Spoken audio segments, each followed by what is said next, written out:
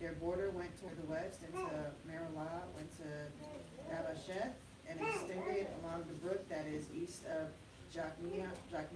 Then from Sarid, it went eastward toward the sunrise along the border of Kisloth, Tabor, and went out toward Dabarat, bypassing Japhia, and from there it passed along the east of Gath Hefer, toward Eth Kazim, and extended to Rimmon, which borders on Nia. Then the border went around it on the north side of Hanathan, and it ended in the valley of Jiphtha-El, including were Katah, Nahala,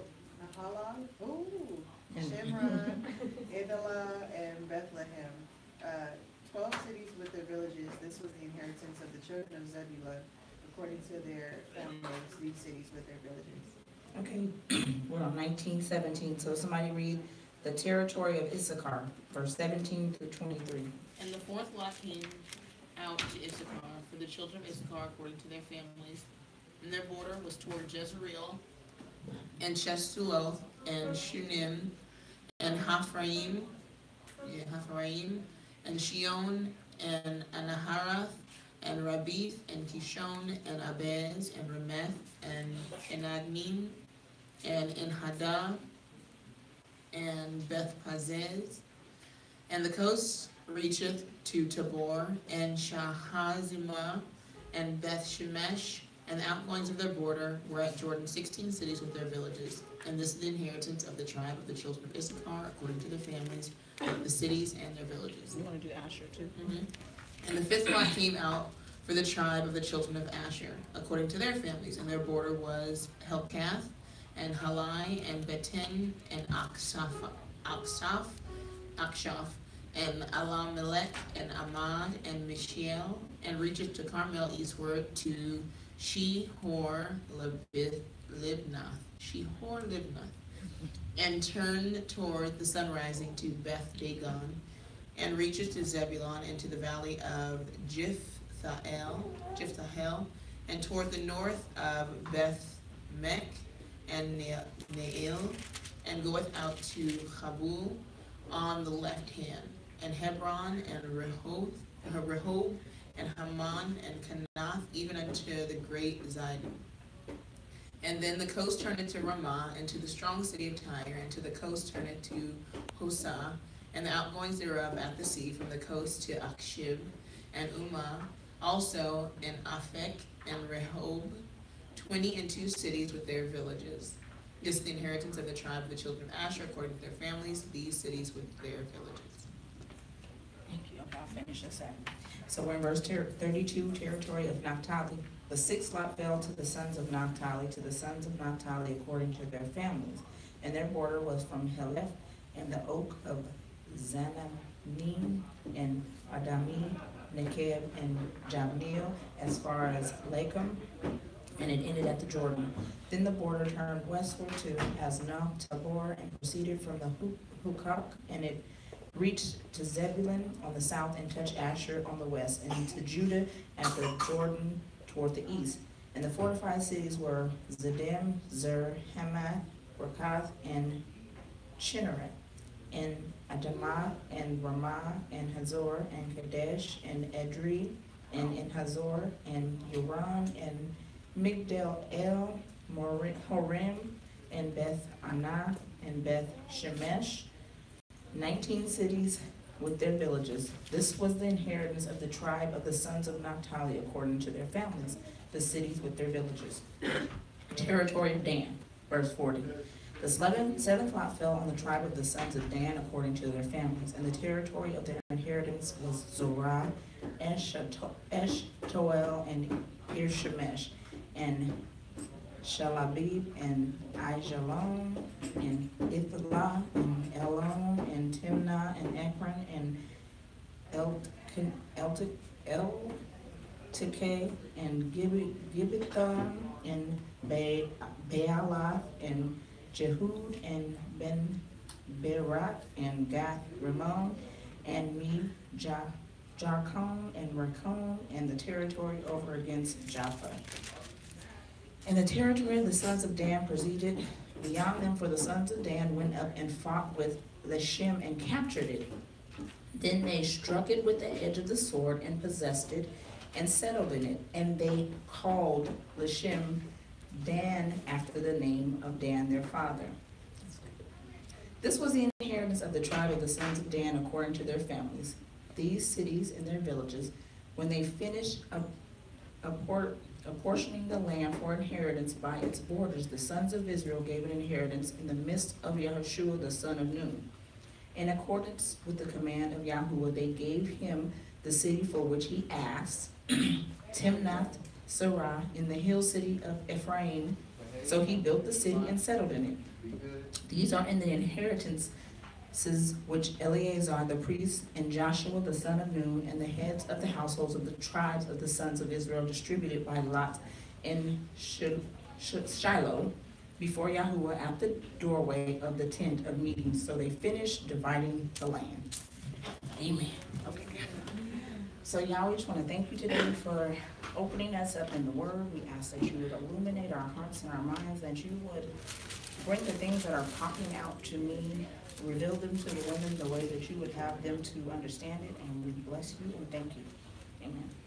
Okay, so that was long, but 18 and 19 talks about the rest of the land divided. I'm gonna pass that over. I'm gonna keep that. I'm still trying to get it together, y'all. So the first part of it that we talked about, when you look at verse 1, everyone, you see something, everyone that belonged to a nation had a portion of land. Unlike us now, everyone that belongs to a nation, or anyone that belongs to a nation has a portion. And so the last time we were together, we talked about an inheritance and a lot. Your lot is your portion. We talked about that. And your inheritance is something that you acquire. But inheriting something sometimes has a contingency to it. If you can't have an inheritance without meeting certain requirements, obligations. First of all, that belong to the family, or that person has to recognize you. So we know that we've been ejected out of our land, and we haven't, our heritage and to have an inheritance, you have to have a heritage. You gotta know where you come from to receive the inheritance. So you haven't, you see where people all the time is like their family, I'm just owning you. Yeah, you mine, but you know what, you ain't did nothing like family. You don't act like family. You don't do nothing that involves being part of this family, so you don't get nothing that's mine, that's been allotted to me, my lot. And I was just thinking about that. To receive a lot, you have to know who you are.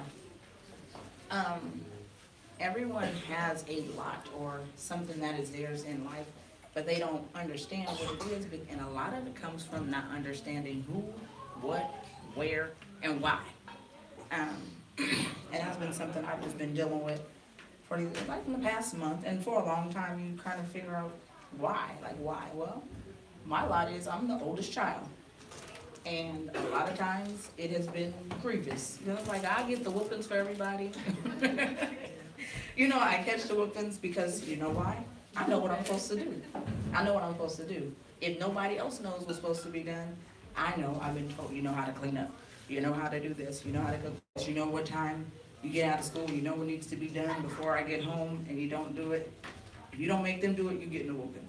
So I learned how to take charge early on. Everybody get a whooping. If I get a whooping, everybody get a whooping. Even if I do your part, everybody get a whooping. You gonna get what I'm gonna get, or even what I'm not gonna get, because I'm gonna do it, but then I'm gonna whoop you because you didn't help me. Right. And so when you look at it as far as relational, it makes so much sense. And so that's where a lot of us have to stop disengaging and disconnecting our mind from this book. Like, oh, it's just talking to, it's talking to a specific group of people. In the Old Testament, that's done away with because it was talking to a nation of people. That has nothing to do with us. Then why do you worship the same, or you don't, but you do, why you say you worship the same Elohim of Abraham, Isaac, and Jacob? When you want to claim promises, what do? Oh, I'm asking them, Elohim, or the God of Abraham, Isaac, and Jacob, to bless me with what you said. You promised this to Abraham, you promised this to Isaac, you promised this to Jacob, but they did what he told them to do, and that's why they could claim the promises. So everyone that belonged to a nation had a portion of land. So you didn't really see people homeless. You see homelessness when we get to more like the brick cottage shop where the people had been dispersed and other nations had came in and taken over. So now people occupy parts of land. But everybody who knew who they were and had a tribe and a portion, family took care of their designated lot, which meant you had land, you grew food. You don't work, you don't eat. Now, if you're hungry, it's probably because you wasn't working. But everybody had something that they were supposed to be doing. So again, to receive an inheritance, you have to adhere to guidelines. And so on the outline, something just popped out to me when I was reading the beginning of 18. And it just, I'm telling you, just because going through, you're just like, I might just skip this. It's all these names and all this stuff. But if you don't read it, you miss it. If you don't read through it intricately and look at the names and the places, because just now Shiloh kept popping up, right? I was mispronouncing it. But Shiloh, it says that the scepter won't leave Judah until Shiloh comes, right? So Shiloh, that name, that just keeps ringing in my mind. Later on, I'm going to go home and look it up and see what that meant here. Because Shiloh, that's something important to keep. That name keeps popping up, right? So it says, first to, what needs to be done first to see the enemy subdued was the first part of what I wrote down on the lesson. And it says, then when the whole congregation of the sons of Israel assembled, everybody in the congregation, which means all of the people that belong to the tribe assembled, right? The congregation of the people assembled at Shiloh and set up the tent of meeting. What was the tent of meeting? The tabernacle. So first, before your enemies can be subdued, he said, first they set up the tabernacle. First they acknowledged something. Who was over them? Yah. First they set up the tabernacle. And then it says, at the tent of meeting in the land, then the land was subdued before them. You know what happens when something is done before you? You get to watch it. You just watch. They didn't say they went to war. It said, then the land was subdued before them. And then you see something that happened in verse 3. So 2, he says, and there remained among the sons of Israel 7 tribes who had not divided their inheritance. So there were 12 tribes, right? So everybody but these 7 had not. And Yahoshua asked them a question. He said, how long will you put off entering to take possession of the land which Yahuwah, the Elohim of your fathers, have given you? He was asking them, he said, how long, okay, so how long y'all gonna take to do what y'all supposed to do? That reminds me of your video that you put out on talking about procrastination.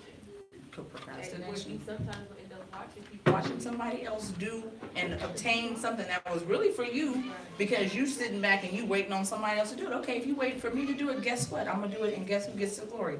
Yeah, I'm gonna get my lot. I'll get the portion that is due to me for doing it, but you don't even get acknowledged because these names are in here for a reason too. When your name is written in the book, that's given acknowledgement for what was done, right? And so Yeshua's question in verse 3, and then it just made me ask a few questions. How long are, and this is for everyone, even myself, how long are you going to be slacking in the land given to you by Yahuwah of your fathers? Of your fathers. So the land was promised, it was given to you. So how long are you going to slack on doing what your portion is been divided to? Like I said, I'm the oldest. It's been grievous sometimes. It's like, I want to be the oldest. I'm responsible for everybody. I'm responsible for everything. I want to be crazy. I want to do stupid stuff. I want to not be responsible.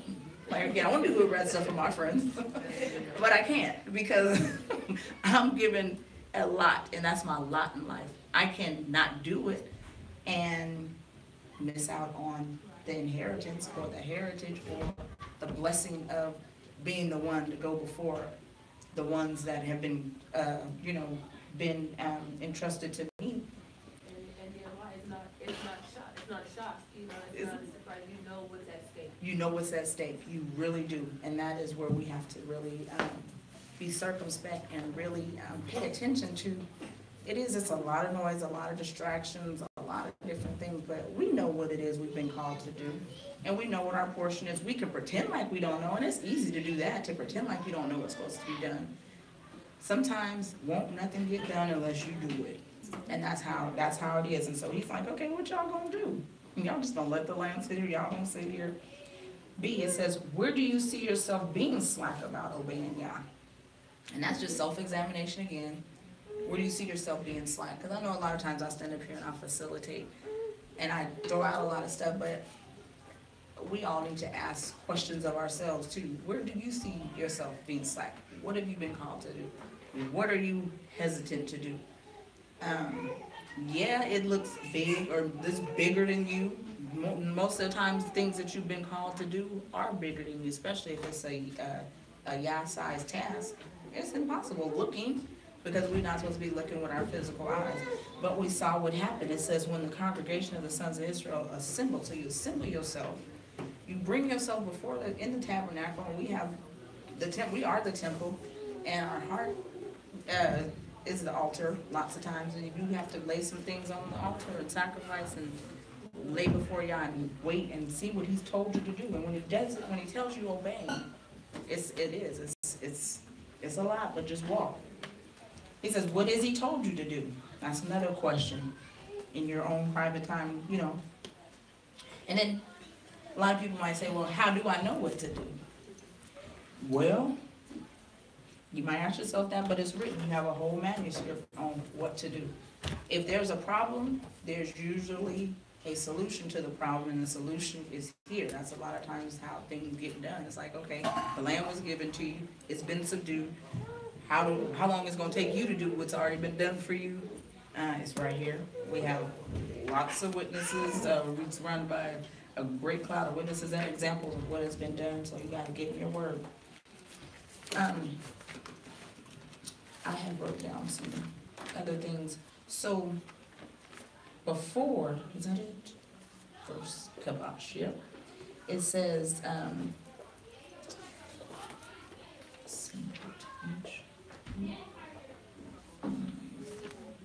it said it was conquered. The land was subdued before them, and the land was conquered. It was conquered, right? Take possession of the land was conquered. It was brought under bondage for them to capture it, and that was the word kabash. Hebrews, the Hebrew strong is 3533.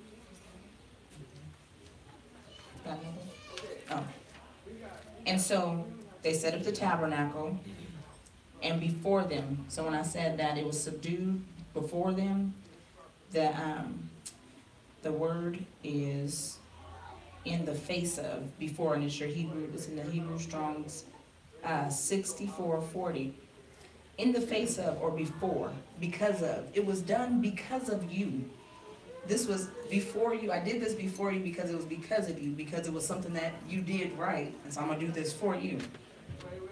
And so when Yahoshua asked them in verse 3, how long are you going to be slothful, or are you going to be lack, or be weakened? It was in the Hebrew Strong 7503, and the word is Rapha, not Rapha, because we know Rapha means to make whole and repair, and that's the Hebrew 7495. But Rapha means to weaken, to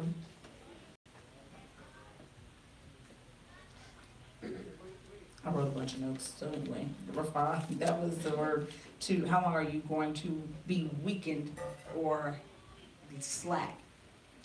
And another word that stuck out to me, because I've been...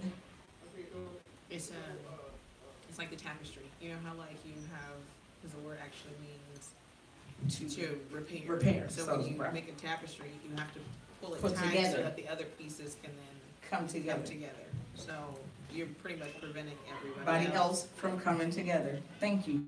What is that? What's that? The Rapha, because when the word Rapha means to repair, or like the making of the rug or the quilt, and it makes a sound too. It says like a Rapha. So when they're hitting and tightening the rug and the strings, and so this is not coming together because you ain't doing your part. You lacking, you're slacking. So, so he asked for 7 tribes of the men, right, to get 3 men from every tribe, which was 7 that were left, so there were 21 men. And when I looked up what tribe meant, and we use that a lot, we always talk about our tribe, and your tribe, the word is Shebet, and it's your Hebrew word, it's a Hebrew Strong 7626, and it's a branch off of, or a stick for punishing, fighting, ruling, walking, or correction. So there were 3 men from every tribe chosen that had to be those that were able to correct, fight, conquer, the stick for punishment. Somebody on the branch, the strong arm. Basically, like, where my strong men at? I need, like I said, my strong hand. Get 3. Where the strong hand at? We can put the strong hand down. I need you to get these men, and y'all get in here and do what y'all supposed to do. And he told them to record it. So we have a county recorder's office. We have a recording, and people, you buy lots and lots of land and things that are. So everything is described. He said, when he said describe it, I had to look it up again. I said, these words mean something, so I'm just sharing with you things that I've done, and then you can go back in and do your own research. But these are the things that pop out to me. So when certain things pop out to you, go look it up. And it has a strong number by it, which means it has a description of what it means. So when he said describe it, describe basically means katab, and it's your Hebrew Strong's 3789, and it means to describe, inscribe it, or write it down. Record this. Write these things down. Why do you write stuff down? So you don't forget. Writing things down commits it to your memory. If you write it down, you won't forget. I do it. I've always done it though. Talking to people on the phone, I write down their name. I write down stuff they're saying. So when I call back, I can recall back to them what they said. And they can't lie. Because at this time, I wrote this down. I was talking to you. This is your name. This is your badge number. You said this. It's recorded. So now if I'm talking about it, I can go back in, and if they want to go back and listen to what our conversation was, it's there. So that's the same thing. Write down, record, describe it.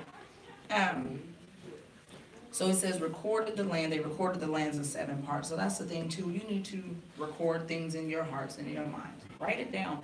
We do it a lot. We just watch. I told my daughter too, that my youngest one, about watching YouTube. I said, you sitting here watching other people talk about something when you've been given a task too. You're not writing it down, you're just watching it. You lay here all night and watch stuff, but you have things that are in your heart that need to be put forth. Somebody, do what you're supposed to do. Do something where other people are going to watch you and make sense out of it. Write it where they're going to write it down, where it's something that will be recorded into history, or something that means something. Learn how to dance, learn how to make slime. I'm so sick of slime, I don't know what to do. Slime. Yes. I'm like, find something else to do. I'm serious. So, the second part of my lesson says, trace your inheritance by your heritage. So we saw where your inheritance, and I look at Genesis 10:5-32. After judgment, then inheritance was received. And so I'm going to get that and read it to you, because you might wonder, like, what is she talking about? But you've seen something happen after judgment, because it happened right here in the land. After judgment, those other people had been dispelled from the land, and their judgment was because of them breaking laws, statutes, and commandments. Their sins had reached high unto the Shemaims. God was sick and tired of it, and he ejected them, and he sent the nation, the strong nation that he had gathered together, to go kick them out of the land. And so it says, so 5-32.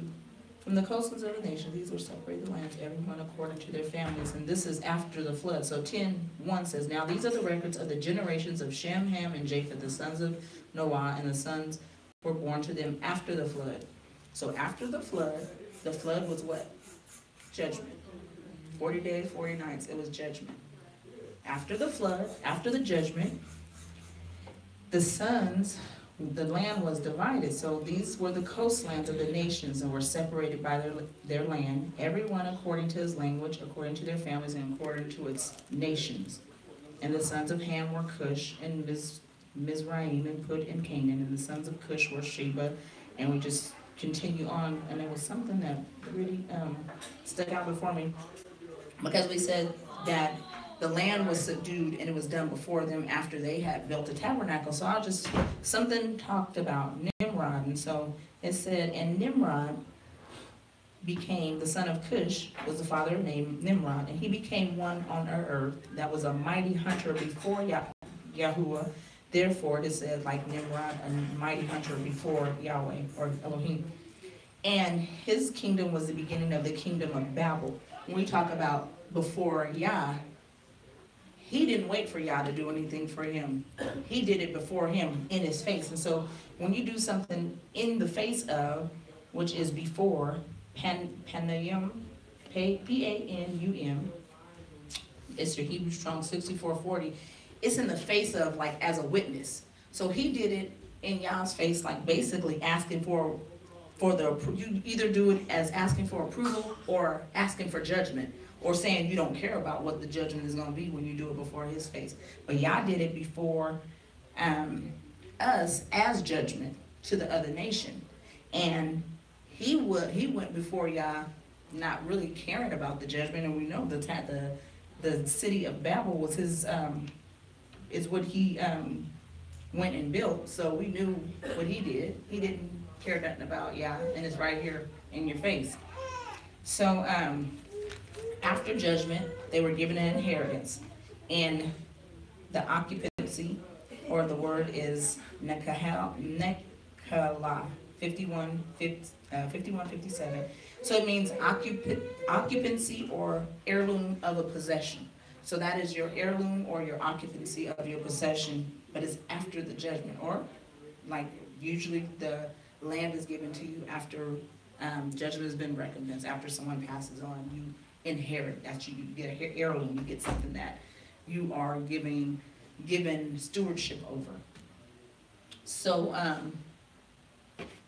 to trace your inheritance, you have to know your heritage. So you can read through that 10:5 through 32. Go ahead. When you talked about the judgment, a verse popped in my head, and it was, you probably have it written down, which is funny. Deuteronomy 32, and it says, you were talking about it had already been done before you, and it had been done long before us, and the prophets and these people were visionaries. They saw it already. Deuteronomy 32, Moses says, 32 and 8, it says, when the Most High divided to the nations their inheritance, and when he separated the sons of Adam, he set the bounds of the people according to the number of the children of Israel. So he didn't give anybody anything that wasn't, he gave everybody theirs and already counted in what was ours when he divided mankind in the beginning. Yes. As we talked about when they got off the boat, when he gave Shem, Ham, and Japheth their lot, he also counted in our inheritance. So when it went to go be claimed, you weren't claiming something that wasn't yours, just other people were occupying it, but it had been given to you before the foundation of the earth, because he made everybody else pretty much around you. Right. That was the Like, center. Amen. Yep, that's good. That helped me bring out that part. That thank you, because it did. I was trying to see how I was going to connect that, and that's where you see that, because it talks about Japheth was the isles of the Gentiles, and these are where all these people were, and this is where this people were, and this where They this dwelled in the and they tents dwelled of in Shem. the tents of and Shem. So they're in your space, but it's already been Given to you, and like now, and that part, that's what I was talking about. The Judean, and now I say the Jews, they know their lineage, or they claim the lineage of these people so that they can go in and occupy. We don't have that. We don't know how to say, well, I'm connected to this person because of the disbursement. I'm connected to this, to this, to this. And so now this part where they occupy, I can live there too. But people that have and have been able to trace back, and that is something that we will talk more about in some family meetings, because we were talking about just because of things that take place during a deceased person or passing away, and how our customs, we don't know how to bury and how to behave right, and all kinds of stuff. And we were talking about, some people were talking about, well, I just want to be cremated. But then we know when we burn up stuff like they did here when they came in and occupied the land, they burned up the books, they burned up allotments, they burn up the records, what has been written down, so you don't know where you're supposed to go. So, Yah just always has dealt with me on that. I was like, no, because what if, like the book of Eli, what if we all hit breaks loose and then people come back and they're trying to find their heritage, and it's like, okay, this marker is a monument, this person is buried here, and I can go here and I can do DNA and test, this belongs to me, this person is mine. And that's what they did. So there has to be a remnant out of a remnant, and there has to be markers. Don't remove the ancient markers, don't remove the monuments, don't remove them. You can't, because how do I find out who I am? You can't. You don't remove the monuments. You keep them there, because this here still is monuments, but I tell you, this ain't for you. And don't read this. This ain't got nothing to do with you. Don't read this. You ain't gonna find out who you are. And it's been a mass deception and a huge delusion, and we bought into it. But no, this is the book. This is our book. We are this nation. We keep claiming the promises. We're a set-apart nation, a light on the hill. We're a royal priesthood. But then we don't believe it because you don't read this part. Well, this is the royal priesthood. The royal priesthood started in Genesis, where he called out. So, naming something shows dominion, right? And it said, and Dan, they went in and they conquered and they called.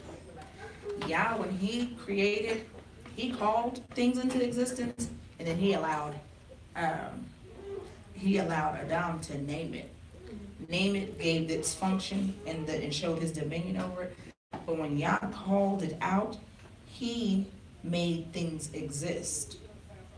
So Hayah, and that's 1961. Yah made things exist, but Adam, Shem, he marked it, naming Shem, so that's your Hebrew 8034. It was a mark, a memorial, an honor, or authority, or character. So it gave it, the naming gives it its character, and shows the authority, and then the memorial or honors it. So to name something, to mark it, to name it or ordain it, soon. That's the Hebrew 7760, to mark, name, or ordain. So Dan, they named it or ordained it after their father. It had already been called out because Yah made it exist for them. So that is really good when you think about Yah and how he calls things, and he gives us the permission to name it, because he gave them permission to go in and subdue the land. And you saw they ended up, the last part of them, they had to fight. They went in and they had to bring the sword against those, because remember, you go into the land and the wage war, you offer peace first. They don't accept peace and they're not going to follow your Elohim. Then you go in and you fight. And so there's laws of the rules of engagement, all of that. So the distribution was done, and this is 19, this is our end part.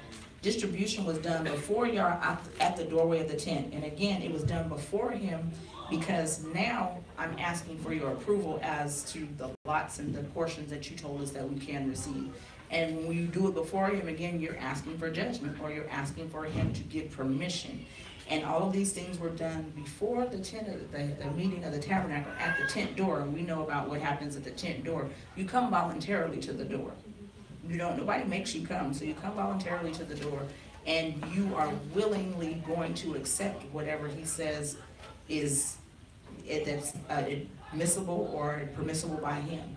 You're going to accept it, or you're going to allow him to change it. And so at the door, when you come to the door willingly, you are asking for permission, and you're asking for him to judge your heart and judge your decisions.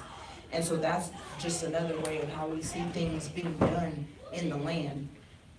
Everything was done because the tent of meeting was the center of the function of the whole community. And so we have to get back to that too, as we're looking for our portions and our inheritance to be divided. We got to get back to the tent, to the center of life, to the center of what causes everything to function. And sometimes we might not like what we've been, our lot and what's been distributed to us, but you do the best you got with what you have, and you be obedient, and you leave the consequences to him, and then you will see your inheritance. Anybody have anything else they want to add? Just to add on to this, but Shiloh, we were